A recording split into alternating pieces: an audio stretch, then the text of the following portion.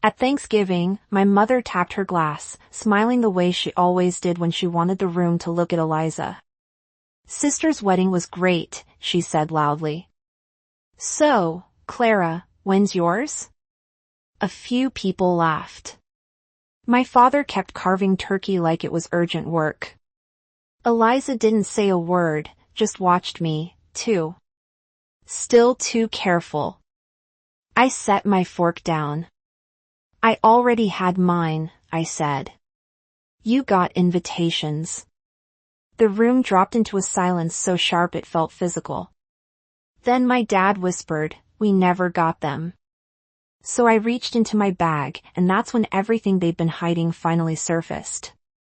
Growing up, I learned early that my family loved symmetry, perfect photos, perfect milestones, perfect stories to tell other people. And in every single one of those stories, Eliza was the center. I wasn't bitter about it as a kid. I just assumed that was how families worked. One child shined, the other made room.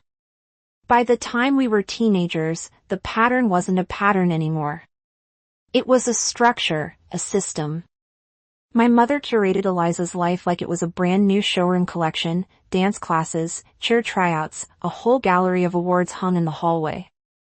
Whenever I had my own moments, science fair ribbons, a college acceptance letter, Mom would smile politely and ask if I could take the picture later because she needed good light for Eliza's new headshot. I didn't break the cycle. I adapted to it. I got good at watching, learning, anticipating, and I got even better at surviving quietly. Seattle changed me, though. Moving 3 hours away for work wasn't rebellion. It was oxygen. I built a life.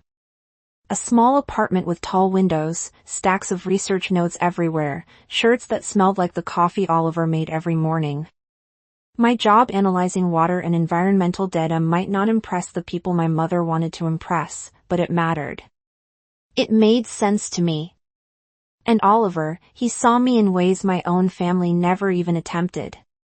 He listened. He paid attention. He remembered things. His family noticed me, too. Not because I performed for them, but because they cared. The first time Eleanor hugged me, she didn't let go immediately the way my mother did, like she was done checking a box. She actually held me warm and certain. She asked about my work. She remembered specifics. Arthur did, too. They weren't perfect people, but they were present, and that was new. So, when Oliver proposed on a foggy June morning by the water, I said yes without hesitation. We didn't want a grand production. We chose a small coastal chapel, invited the people who truly knew us, kept everything simple and real. The only thing I wished for quietly, stubbornly, was that my parents and Eliza would show up, that maybe for once they'd choose me. I designed the invitations myself, had them printed early, and mailed them with signature required because I knew my family's habit of misplacing things that weren't useful to them. I triple-checked addresses. I refreshed tracking numbers like it was a ritual. When everything showed as delivered, I let myself breathe. Then the silence came. No calls, no texts, not even a casual congrats in the family group chat. Weeks passed, the wedding passed, and still nothing.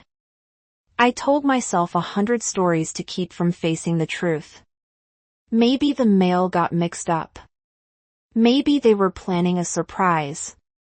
Maybe they were waiting for the right moment. But deep down, a colder thought took root. Someone didn't want those invitations seen. And I didn't know how right I was until Thanksgiving night. The silence after the wedding didn't just sit there. It expanded, seeped into every corner of my life like a slow leak. At first, I waited. People get busy, I told myself. They'll call. They'll text. They'll at least ask why they didn't get an invitation. But days became weeks, and the quiet turned into something heavier, something intentional. I tried to reach out. A call to my mother went to voicemail.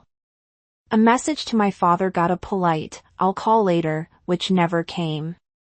The group chat, the one we'd had since I was in college, no longer showed my name in it. I wasn't removed loudly. I was erased quietly. I mentioned it to Oliver one night while washing dishes, trying to sound casual. "Maybe it's a glitch," I said, though my voice betrayed me. He dried his hands, glanced at me, and asked, "Clara, did they ever respond to the invitations at all?" I shook my head, not even once. He didn't accuse. He didn't push. He just said, "Let's check the logs." He helped me navigate through email activity, something I never would have known how to do alone. And there it was, the access logs for the family email. One invitation notice opened, deleted, permanently erased. The timestamp was unmistakable. It wasn't a glitch. It wasn't forgetfulness. Someone had gone out of their way to make sure no one saw my messages.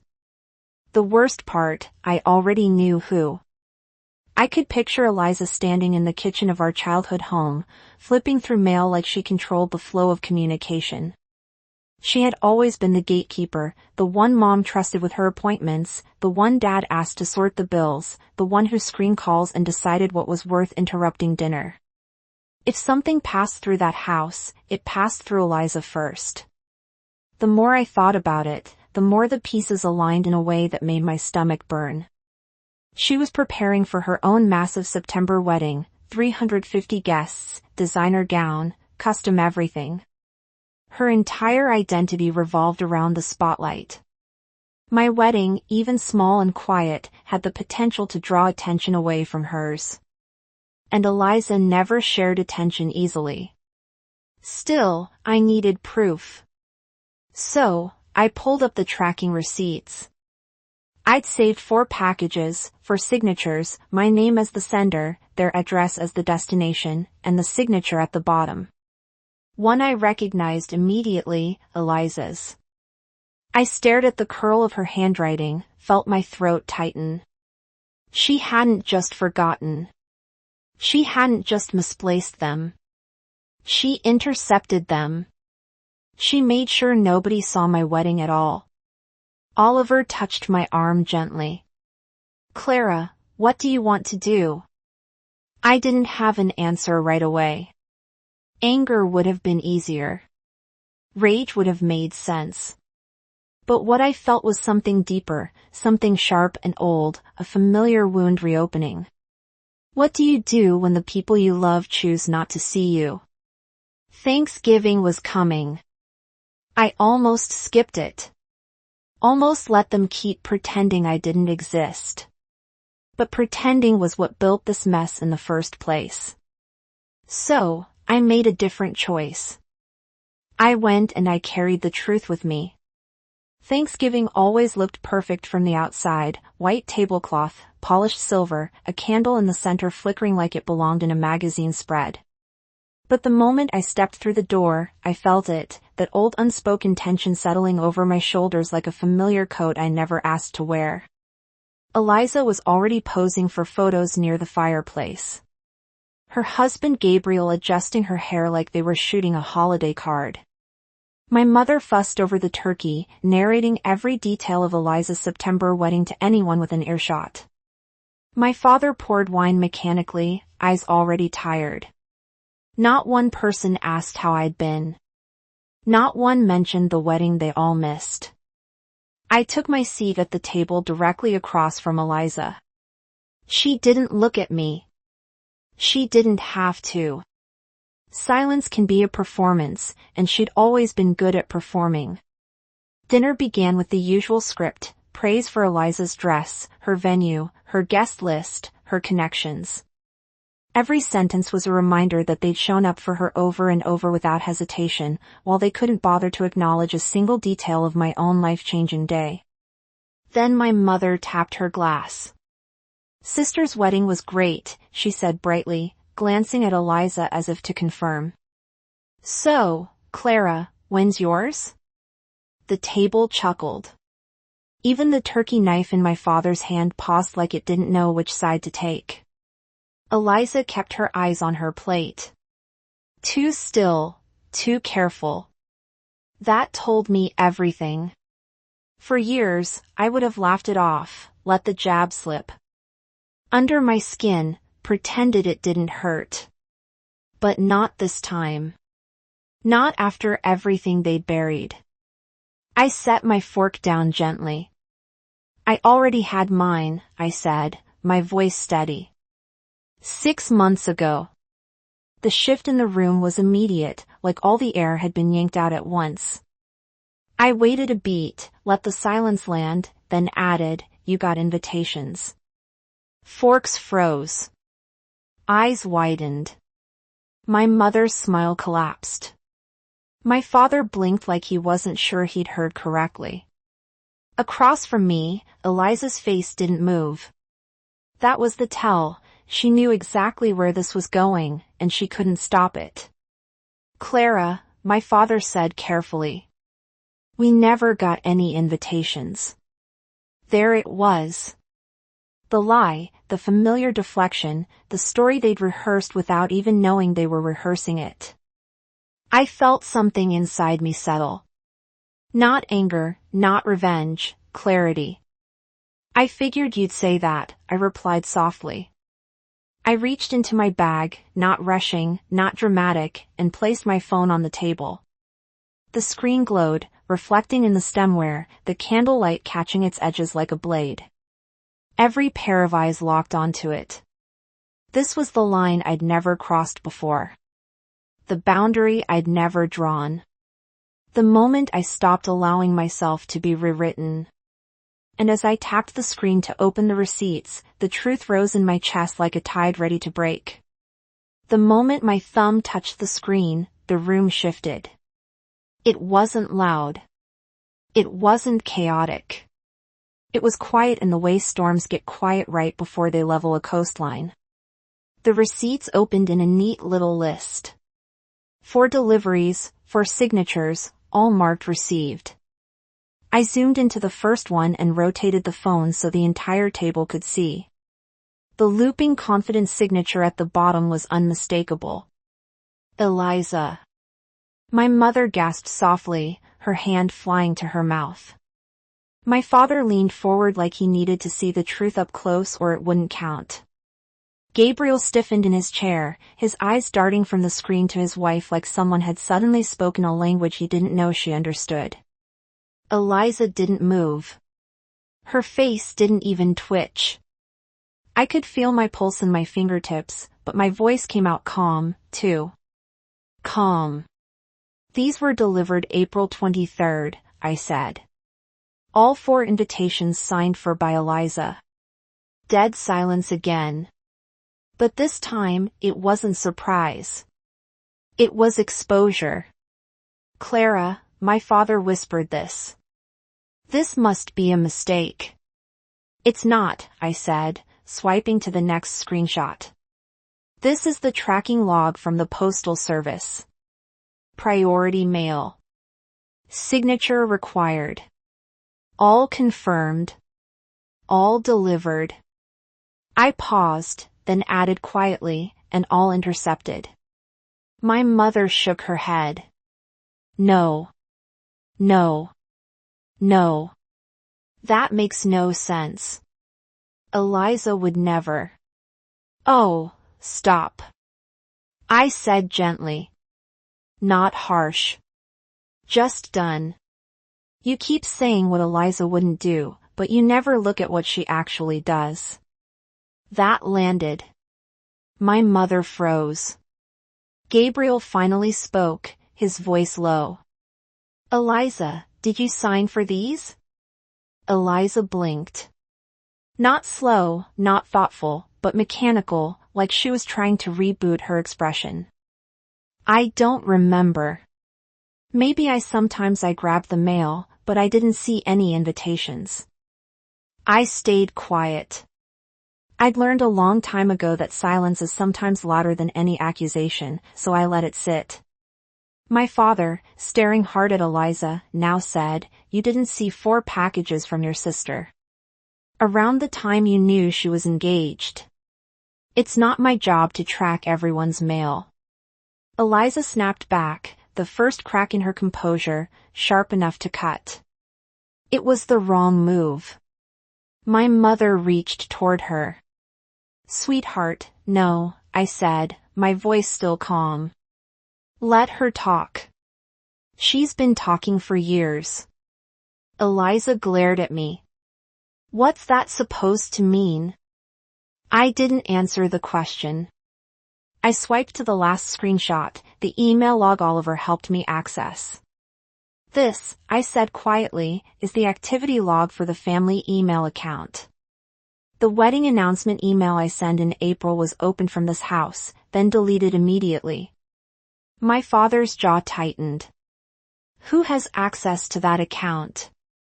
Everyone at the table knew the answer. Everyone always knew the answer. Eliza finally broke. I didn't delete anything, she said too fast. I tilted my head. Then why does it show your device ID? Her mouth opened, closed, opened again. Maybe I clicked it by accident. I don't know. Why are you attacking me? I'm not attacking you, I said. I'm showing you what you did. My mother exhaled harshly. Why would Eliza ever hide your invitations? Why would she sabotage your wedding? That's ridiculous. There it was. The sentence she'd been polishing my entire life. The defense she used for every bruise Eliza ever left on me. Why? I repeated. Because my wedding happened in June. Hers was in September. I turned to Eliza. Because you didn't want anyone talking about mine before yours. Eliza flinched like I'd slapped her with the truth she'd been trying to outrun. That's insane, Eliza hissed. You always twist things to make me look bad. No, I said, voice steady. You did that yourself. Gabriel's chair scraped the floor as he stood. Eliza, is this true? She stared down at her napkin, her breath shaking. I don't. This is everyone always thinks Clara is so innocent. She never needs anything. She never wants anything. She ruins nothing for anyone. She just exists and makes everyone feel, what I asked softly. Makes everyone feel what? She shot to her feet. Feel guilty. Feel small. Feel like she doesn't even have to try. Ah, there it was. The real confession, not about the invitations, but about every year before them. I leaned back slightly. So, you hid my wedding because what? Because it was quiet. Because it didn't compete with your 6-tier cake and rented string quartet. That's not, she gasped. But the truth was already hanging in the air like smoke. Clara, my father said desperately. We didn't know. If we'd known, we would have. You would have come, I finished for him, after years of missing every milestone. After forgetting every birthday, after making sure Eliza's needs always came first, he closed his eyes. My mother's face twisted. You can't put all that on us. We did our best. No, I said, you did your best for Eliza. For me, you did the bare minimum and called it fairness. Eliza sat down abruptly, her shoulders collapsing. Even she couldn't defend that. The weight of decades pressed into my chest, not as grief anymore, but as clarity. I looked at each of them, the people I had begged silently for years to see me. And I finally told the truth. I didn't lose my family tonight, I said. I just stopped pretending I had one. My mother gasped. Clara, don't you dare talk like that. Why? I said. Because it threatens the story you built. The one where Eliza is perfect. Dad is neutral. You are the peacemaker and I'm the problem. No one said you're the problem, Dad whispered. You didn't need to say it, I replied. You showed it over and over. Gabriel sank back into his chair as if watching the pieces of his marriage rearrange themselves into a shape he didn't recognize. Eliza whispered, Clara, please. That single word, please, carried years of fear, guilt, and the sudden realization that her control was gone. I stood slowly, pushing my chair back with a soft scrape. I'm done begging for a place at this table, I said. I'm done asking you to show up for me. I'm done pretending Eliza's choices don't hurt me. I'm done accepting your silence as anything but agreement. I took a breath. I'm done. My father stood too, reaching out. Clara, don't go. We can talk. We are talking, I said, the first time and for the last time under these terms. My mother's eyes brimmed. We can fix this. You can't fix what you refuse to acknowledge, I replied. And you refused for years. I picked up my coat, feeling lighter with every inch. I pulled it over my shoulders. As I walked to the door, I heard Eliza sob quietly. I heard my mother mutter my name like a plea. I heard my father say, we should have checked. We should have asked. But their remorse wasn't my responsibility anymore. I opened the door. Cold air rushing in and paused just long enough to say, you didn't miss my wedding. You chose not to see it. Then I stepped outside, letting the door close behind me. Not loudly, not dramatically, just firmly. A clean final line drawn, and for the first time in my life, the silence that followed belonged to me. Oliver opened the door before I even reached it, like he'd been listening for my footsteps. One look at my face, and he didn't ask what happened. He just wrapped his arms around me and held on until the shaking stopped. No questions, no judgment, just presence, something my family had never mastered. The next morning, his parents invited us over for a simple breakfast. No ceremony, no pity, just warm food, real conversation, and the kind of attention that doesn't have to be earned. Eleanor squeezed my hand and said, "Your family here. Not because you married my son, because you matter." A week later, Eliza sent a long email, therapy, soft, apologetic, admitting more than I expected. I read it. I didn't reply. My dad called every few days. Small steps, careful steps. I let him try. Then he found one of my wedding invitations buried in a storage box in the garage, proof of everything I already knew. He mailed it to me quietly without commentary. That was the closest he'd come to an apology that felt real. My mother never reached out. And for the first time, that absence didn't feel like a wound. It felt like an answer. I used to believe family was something you protected, no matter what it cost you. But standing in my own home now, Oliver cooking dinner, laughter, drifting in from friends who choose me every single day, I finally understood the truth. Family isn't who shares your blood. It's who shows up. It's who listens. It's who stays. And sometimes the bravest thing you can do is walk away from the people who never learned how to hold you. If any part of this felt familiar, tell me where you're watching from and share your story below. And don't forget to subscribe for the next.